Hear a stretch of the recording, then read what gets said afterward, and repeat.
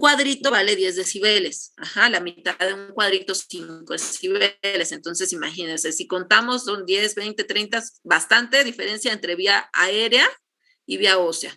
Acuérdense, pérdidas conductivas nos pueden hacer pensar, vemos una gráfica de este tipo y podemos estar pensando en alguna alteración a nivel de la parte media del oído, no sé, secuelas de otitis media crónica, colesteatoma, o también en la parte externa. Ajá, podría ser no sé, microtia, ¿no? Un simple tapón de cerumen nos puede dar una pérdida conductiva, no con tanta conductividad, pero sí puede dar pérdida conductiva. ¿Qué otra cosa? Podemos tener pérdidas mixtas. No, me parece que aquí no vienen un ejemplo de pérdida mixta, pero podemos tener en alguna frecuencia podemos tener un componente sensorial, así como en esta gráfica les muestro, y en otras frecuencias tener una parte conductiva, ¿no? Y ahí estábamos hablando de una pérdida mixta, ¿no? A lo mejor ese paciente, no sé, es un adulto mayor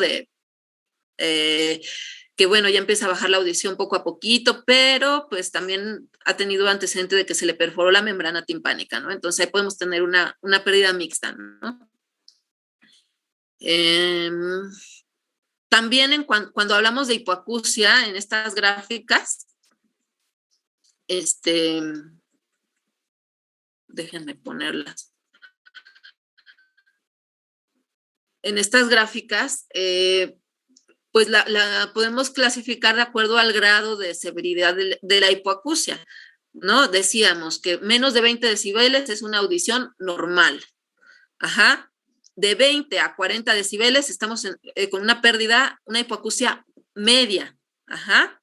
De 40 a 60 decibeles estamos con una pérdida,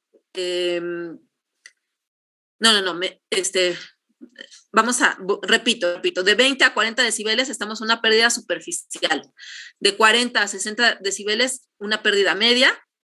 De 60 a 80 decibeles, una pérdida severa, y de 80 a más de 80, hasta donde llegue el audiómetro, 120 decibeles, una pérdida profunda. Ajá. Aquí se los pongo.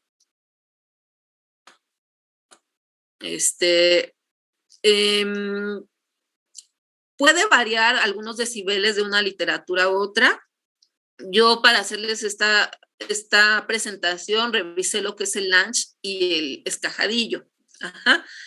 Pero es una forma fácil de recordar. 20-40 superficial, 40-60 media, 60-80 hipoacusia severa y más de 80 hipoacusia profunda, ¿no? Entonces, esta es una audiometría normal, por ejemplo, pero si estos umbrales auditivos, estas respuestas las hubiéramos marcado, no sé, entre 40 y 60, pues ya sería media. Ajá. O vamos a ver las que tenemos aquí.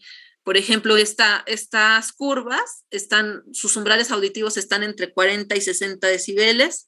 Entonces, ahí decimos que es una hipoacusia media, ¿no? Aquí, en esta gráfica, los umbrales auditivos están entre 60 y 80 y decimos que es una hipoacusia severa. Ajá. De acuerdo al umbral auditivo. Ajá. Podemos clasificar el grado de hipoacusia. ¿Dudas con la audiometría? Porque cuando terminemos vamos a hacer un ejercicio. Entonces, si quisiera si tienen dudas, de una vez, para cambiar de estudio. ¿Dudas con audiometría? ¿Todo quedó claro?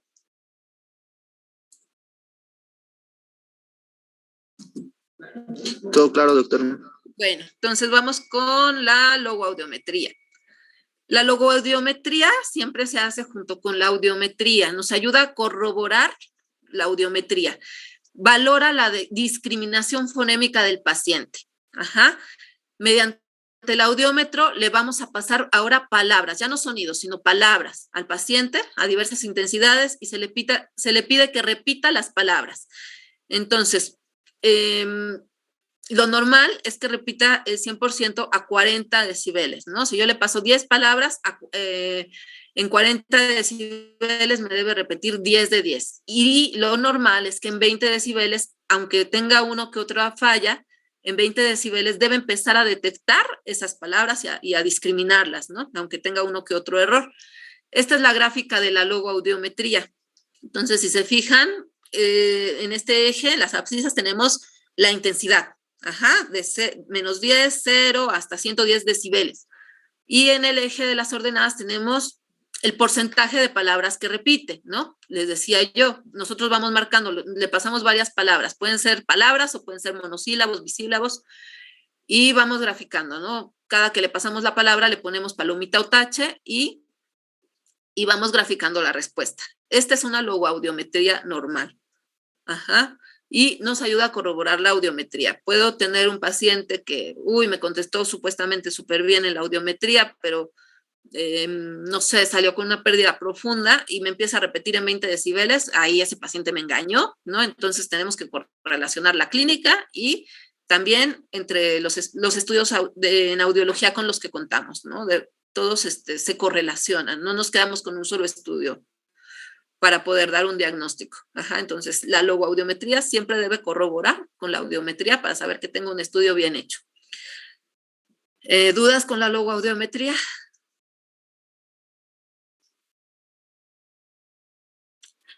Bueno, se me olvidaba, de acuerdo a la audiometría, aquí son muy importantes saber cuáles son las frecuencias del habla. 500, 1000, 2000 y 4000. Están justo en medio las frecuencias del habla. Yo saco un promedio, independientemente de dónde haya obtenido, en qué umbral auditivo haya obtenido yo esta curva, yo saco un promedio. Y de acuerdo a ese promedio, en la logoaudiometría es que el paciente empieza a detectar los sonidos. No siempre voy a tener una audición normal para empezar aquí, ¿no? Muchas veces sacamos el promedio de las frecuencias del habla, ¿no? De los umbrales obtenidos, los umbrales auditivos obtenidos en las frecuencias del habla, y de acuerdo a esos umbrales debe contestar en la audiometría. Era algo que también tenía que decirles. ¿Alguna duda con logoaudiometría?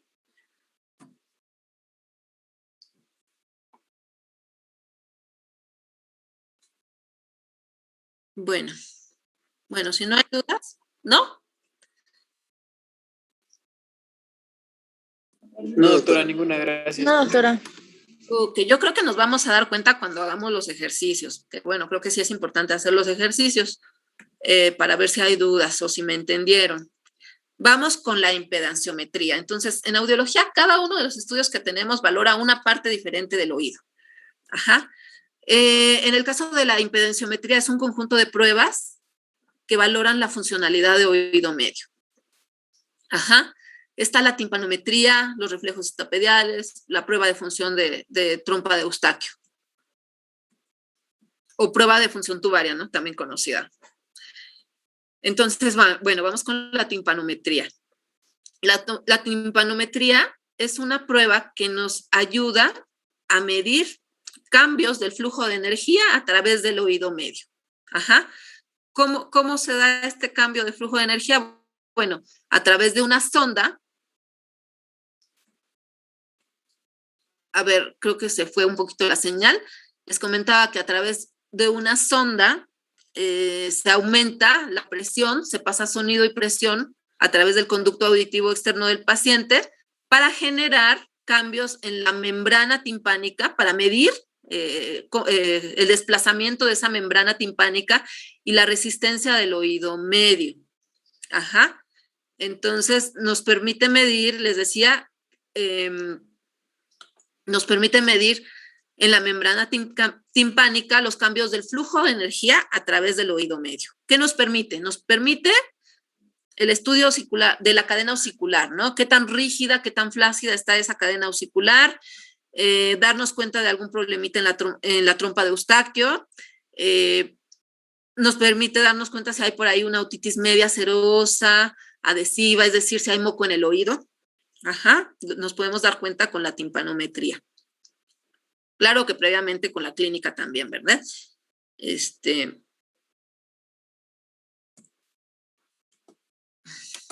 Déjenme cambiar de diapo, ahí está. Entonces, bueno, otra gráfica, aquí tenemos otra gráfica, este es un timpanograma. En el eje de las abscisas tenemos la presión, se valora la presión en dapapascales, y en el eje de las ordenadas tenemos centímetros cúbicos, se valora la complianza, la complianza en centímetros cúbicos. ¿Qué es la complianza?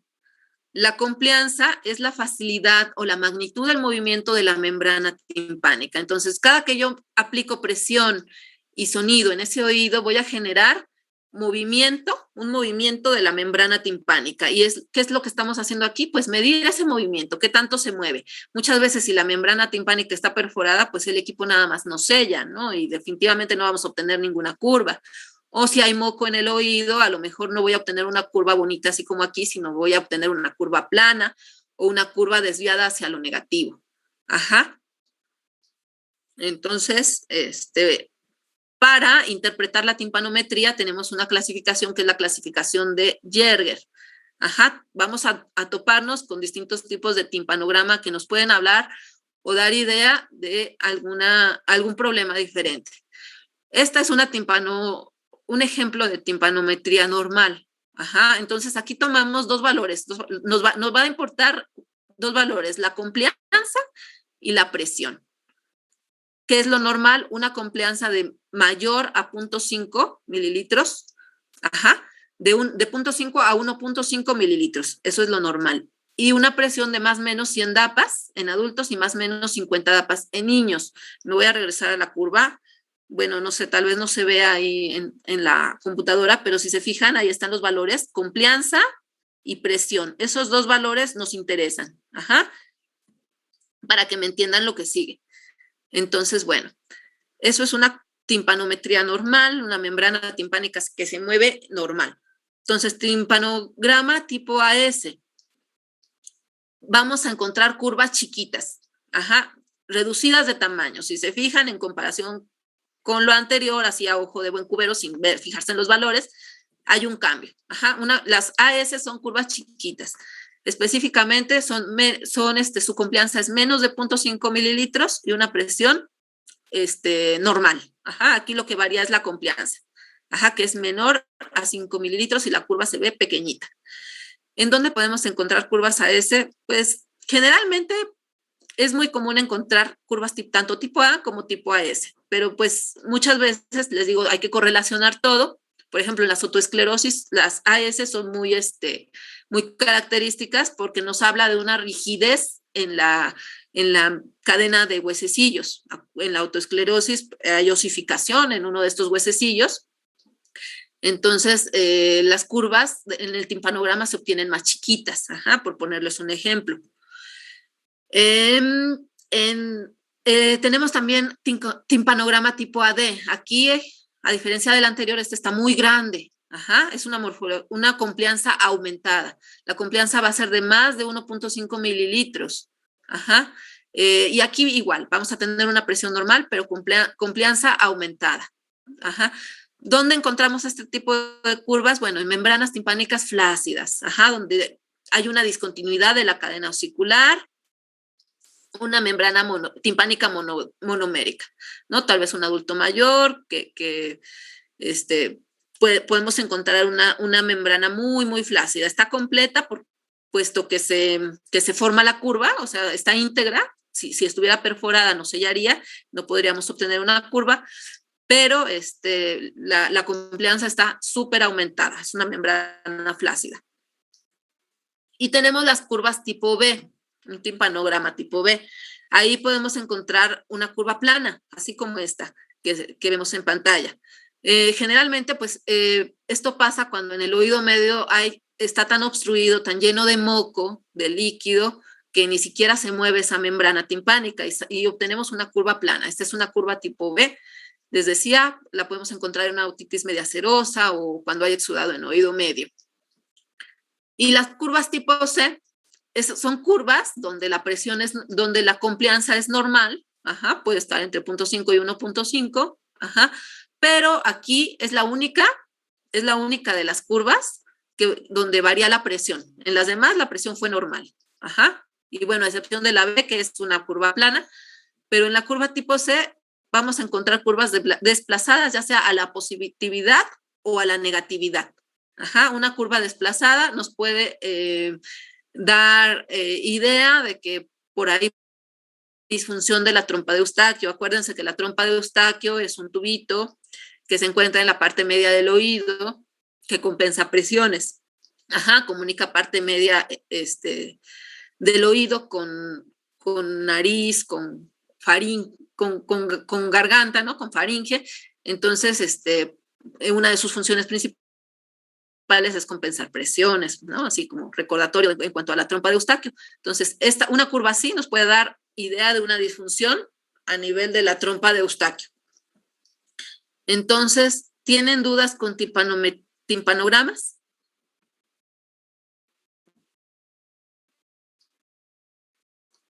Si no hay dudas, me voy rápido con reflejos estapediales. Recuerden que ahorita estamos en el tema de impedanciometría y ya dijimos que la impedanciometría tiene varias pruebas, dentro de ellas está la timpanometría que ya vimos. Vamos con los reflejos estapediales. Entonces, bueno, el reflejo acústico se desencadena tras la llegada de estímulos sonoros de fuerte intensidad, así como en el organismo, en el cuerpo, ¿no? En diversos músculos tenemos reflejos, ¿no? En la rodilla, en el codo. Igual en el oído tenemos dos músculos, que son el estribo y el martillo, que son músculos insertados en la cadena ossicular y cada uno desarrolla su propio reflejo defensivo. Entonces, también tenemos una prueba para estudiar estos reflejos. ¿Cuál es la función de estos reflejos? Bueno, que condicionan cierta protección, ¿no? Ante la llegada de un sonido de alta intensidad, protegen el oído. Fijan el sistema timpanosicular y evitan lesiones vibratorias en la transmisión del sonido, limitan la movilidad de la cadena ossicular, tensan la membrana timpánica, reducen la sensibilidad del oído, ¿no? Cuando estamos expuestos a sonidos de alta intensidad. Entonces, bueno, les comentaba pues que tenemos dos músculos, cada músculo tiene su reflejo. El reflejo del músculo del estribo está generado con el nervio facial, está muy relacionado con el nervio facial, y para generarse este reflejo, este reflejo se genera a 70 decibeles por arriba del umbral auditivo. Si yo escucho a 20 decibeles, le sumamos 70 y mi reflejo se va a desencadenar a 90 decibeles.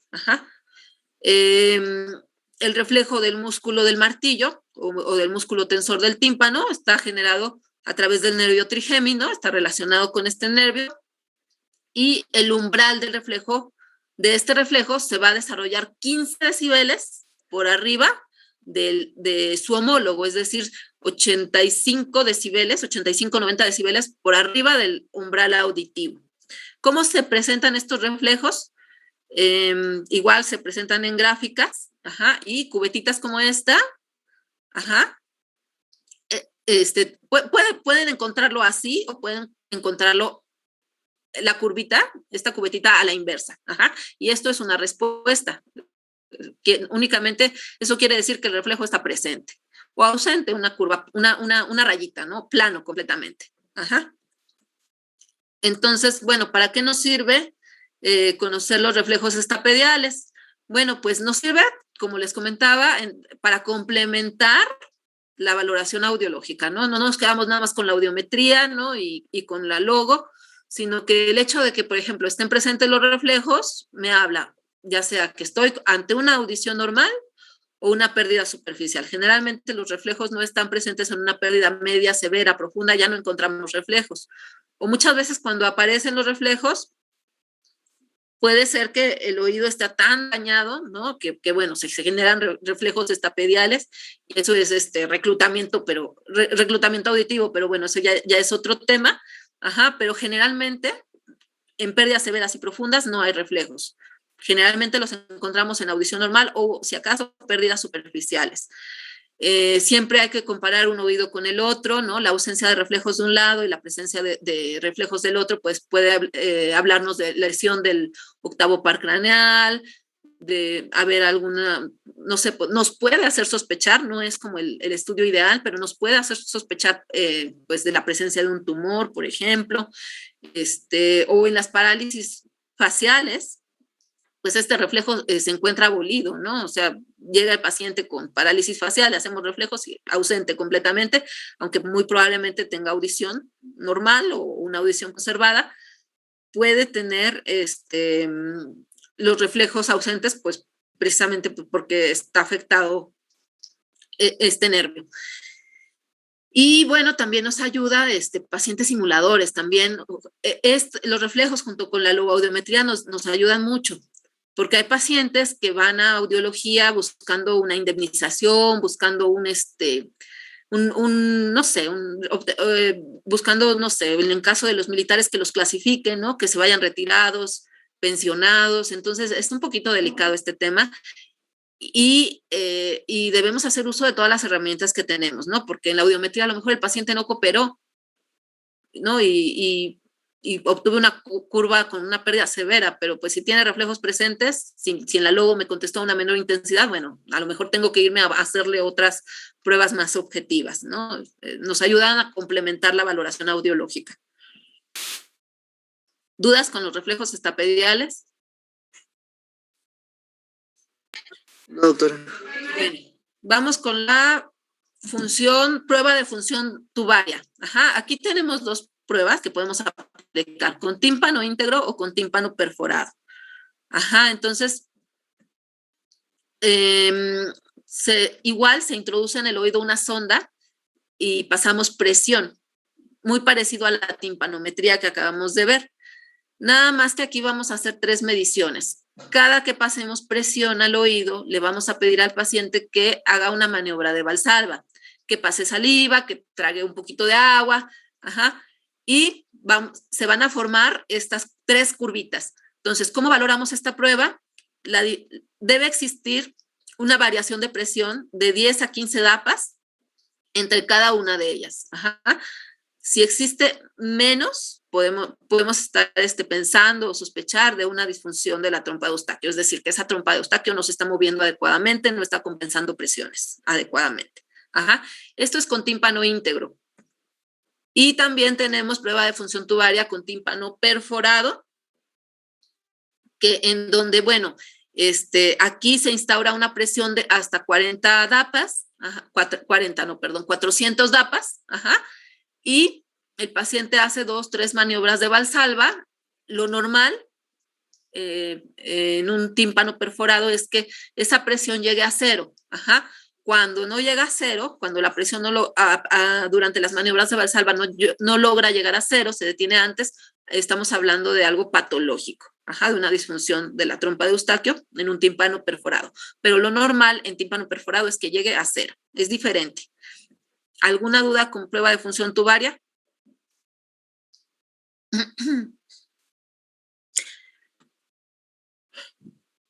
Parece que no, doctora, gracias.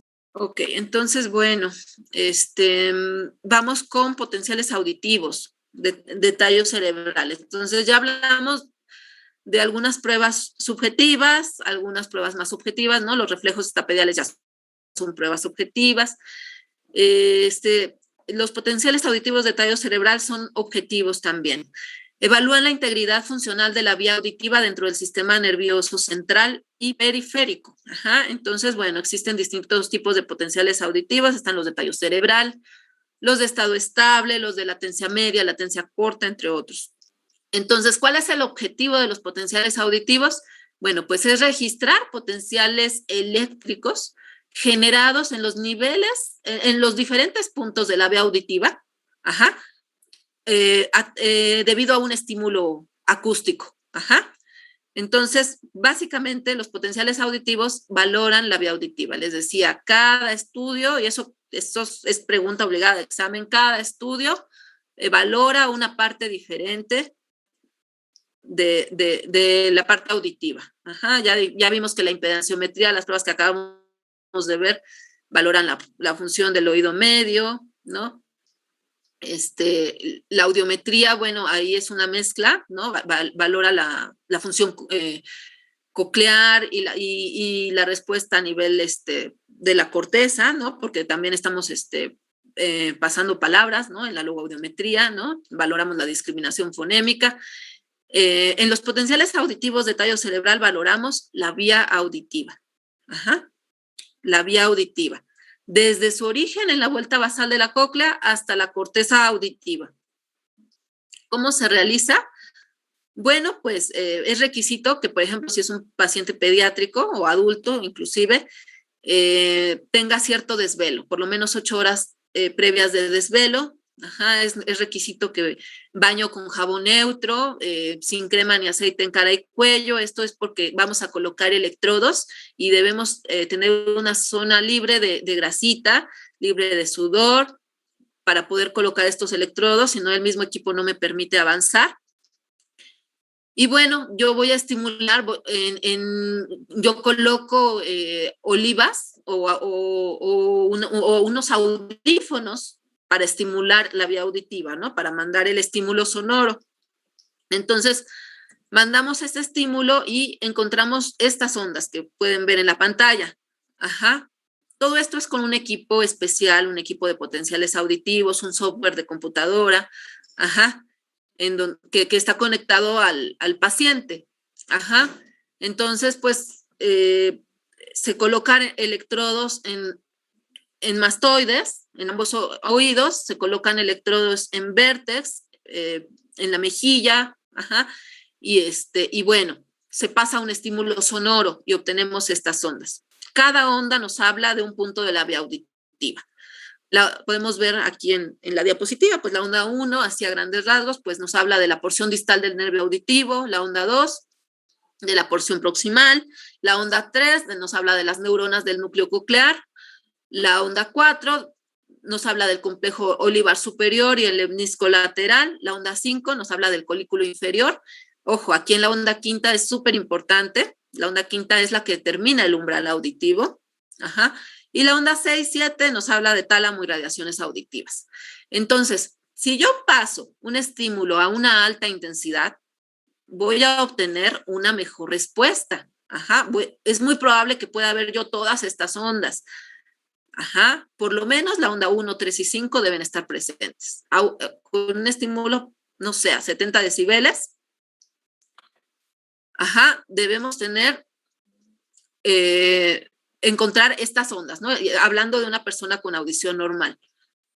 En cuanto yo voy pasando, va disminuyendo la intensidad 70, 60, 50, 40, 30, 20 decibeles, ya no se ven todas estas ondas. Ajá, la única onda que sigo viendo es la quinta, por eso es que la onda quinta es tan importante y determina el umbral auditivo, ¿no? A menor intensidad veo un poquito, veo menos respuesta, ¿no?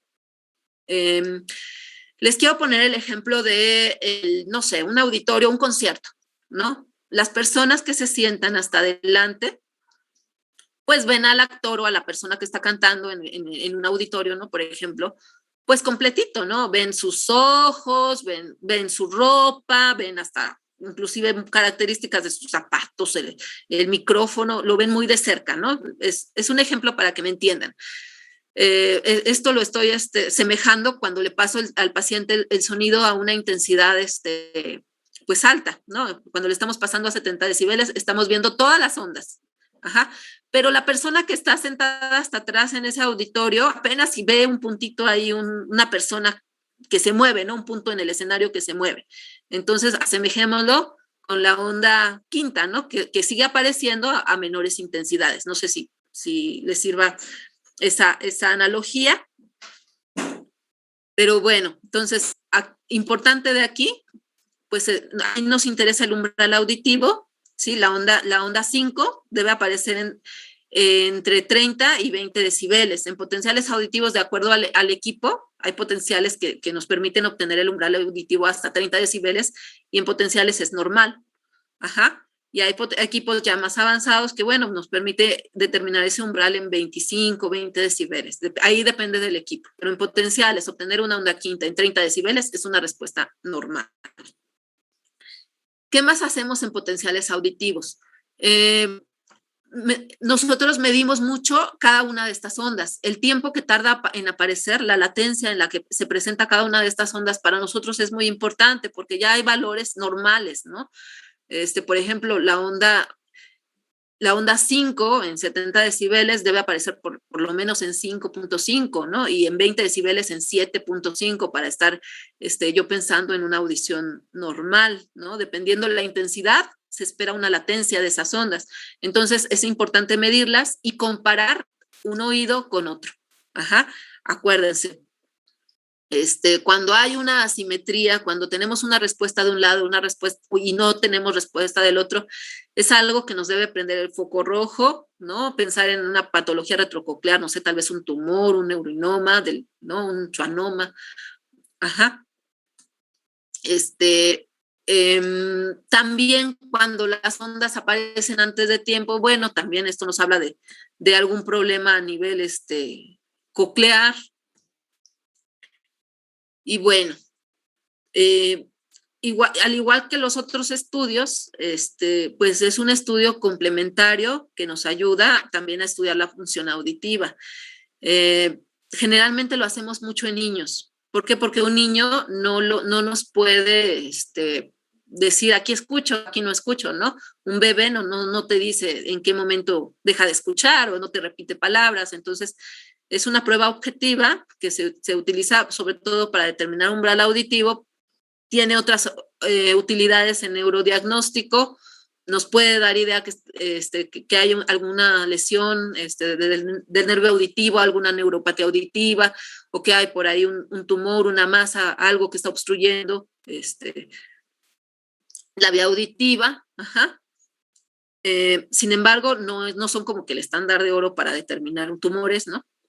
El estándar de oro para eso es una resonancia magnética contrastada, ¿no? Los potenciales simplemente son como complementarios, igual, son un estudio muy, muy importante que nos da bastante información. ¿Dudas con potenciales auditivos? Digo, no les voy a pedir que me digan completa la vía auditiva, ¿verdad? Pero sí, por lo menos, que me definan, pues, en los potenciales auditivos, ¿quién define el umbral auditivo, no? ¿Cuál de las ondas define el umbral auditivo? Ajá, y pues con que sepan qué evalúa los potenciales auditivos, yo considero que ese es un conocimiento general que deben tener, ¿no? No van a ser, terminando esta clase, no van a salir haciendo potenciales. No sé si tengan dudas. No, doctora. Bueno, ya vamos con el último. ¿Hasta qué hora hace su clase? ¿Hasta las 12?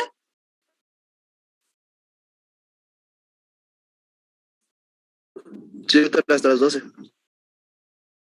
Ok, bueno, me apuro para poder hacer los ejercicios, que creo que sí son importantes. Entonces, bueno, el último son las emisiones otoacústicas. Ajá, en el oído, específicamente en la parte interna del oído, las células ciliadas externas en la cóclea generan sonido. Ajá, ya es conocido, ya es bien sabido que estas células ciliadas externas generan sonido y ante un estímulo sonoro, pues hay una respuesta. Entonces, lo que hacemos aquí es medir esa respuesta, ese sonido que generan las células ciliadas externas en la cóclea. En las emisiones otoacústicas nos van a dar una idea de cómo está la función coclear. Hay varios tipos, hay espontáneas, hay transientes, por productos de distorsión, varían de acuerdo al tipo de estímulo que se le presenta al paciente para obtenerlas, ajá, y para captarlas. Ajá, nosotros pasamos sonido, igual mediante una sondita en el conducto auditivo del paciente y obtenemos estas respuestas. Ajá. ¿Y qué es esa respuesta? Pues simplemente es la respuesta de esas células ciliadas externas, nada más que graficada. Entonces, estas son unas emisiones otoacústicas son transientes. Y en emisiones otoacústicas transientes, lo normal es que exista una reproductibilidad coclear de más del 80%, todavía más del 70%. Ajá, aquí nos basamos en porcentajes, debe haber una adecuada reproductibilidad coclear. Tenemos que consultar todos estos valores y debe ser más del 70-80%. En las emisiones otoacústicas por productos de distorsión es una gráfica diferente. Obtenemos estas gráficas, esta respuesta donde la respuesta debe estar por arriba de 0. Y acuérdense, aquí no estamos midiendo cuánto escucha el paciente. En las emisiones otoacústicas estamos evaluando únicamente la función coclear. Ajá, entonces, bueno, se ha utilizado como tamiz auditivo. ¿Por qué? Porque es un estudio muy rápido. Se coloca la sondita al paciente y obtenemos una respuesta, una gráfica en la computadora. Pero sí es un tamiz. Ajá. En cuanto a tamiz, hay universal y el que se le hace a la población en general, tamiz universal y el que se le hace a pacientes con riesgo audiológico, con factores de riesgo. Ajá. Entonces, el que se le hace a la población en general, pues generalmente son las emisiones otoacústicas. El hecho de que estén presentes nos habla de que hay una audición normal. Ajá. No se obtienen en pérdidas medias, severas ni profundas, ¿no? Pueden estar presentes incluso en pérdidas superficiales, pero en pérdidas medias, severas y profundas no. Entonces también se utiliza como un estudio complementario, les decía, pues se junta todo, ¿no? La audiometría, la logo, las emisiones, los reflejos, todo nos habla de una parte diferente del oído y debe de correlacionarse. Ajá. También nos ayuda, este estudio de emisiones otoacústicas es muy sensible ante cambios ototóxicos, ¿no? Cuando hay un daño a nivel coclear por ototóxicos, muchas veces antes de que en una audiometría veamos afección, podemos ver cambios a nivel de emisiones otoacústicas. O también cuando ha habido daño por ruido, muchas veces podemos encontrar o empezar a detectar daño mediante las emisiones otoacústicas antes de que el daño se vea reflejado en una audiometría tonal, ¿no? En una audiometría convencional. En conjunto con los potenciales auditivos, se llega a integrar un diagnóstico de neuropatía auditiva. Cuando hay emisiones otoacústicas presentes, pero hacemos potenciales y el nervio auditivo no está funcionando adecuadamente, no, obtenemos una inadecuada respuesta, podemos estar ante una neuropatía, algún problemita del nervio auditivo y estas emisiones otoacústicas son complementarias para poder estudiar estas neuropatías. Y bueno, no sé si tengan dudas.